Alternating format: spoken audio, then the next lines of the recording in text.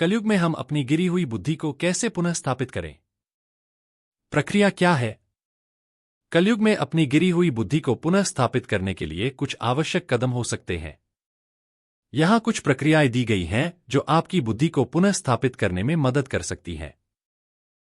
ध्यान और मेडिटेशन। ध्यान और मेडिटेशन के माध्यम से अपने मन को शांति और स्थिरता की ओर ले जाएं। यह आपको अपने विचारों को नियंत्रित करने में मदद कर सकता है और सही निर्णय लेने में सहायक हो सकता है। 2. स्वाध्याय और ज्ञान प्राप्ति।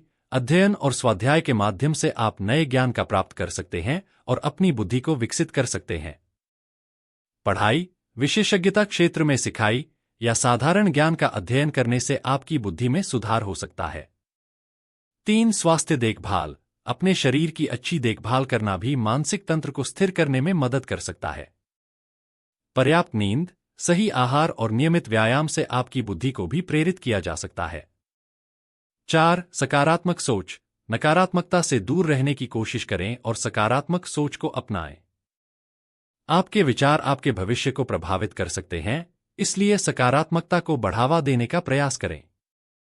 5. सामाजिक संवाद। अपने विचारों और विचारों को अन्य ज्ञानियों के साथ साझा करने के माध्यम से आप नए दृष्टिकोण प्राप्त कर सकते हैं और आपकी बुद्धि में नया दिमागी चुनौतीपूर्ण आवेश हो सकता है।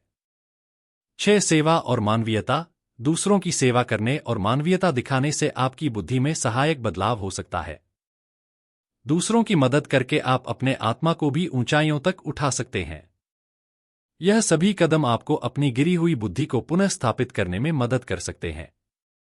धैर्य, प्रतिरोध और निरंतर प्रयास के साथ आप अपनी बुद्धि को पुनः स्थापित कर सकते हैं और अपने जीवन की दिशा में सुधार पा सकते हैं।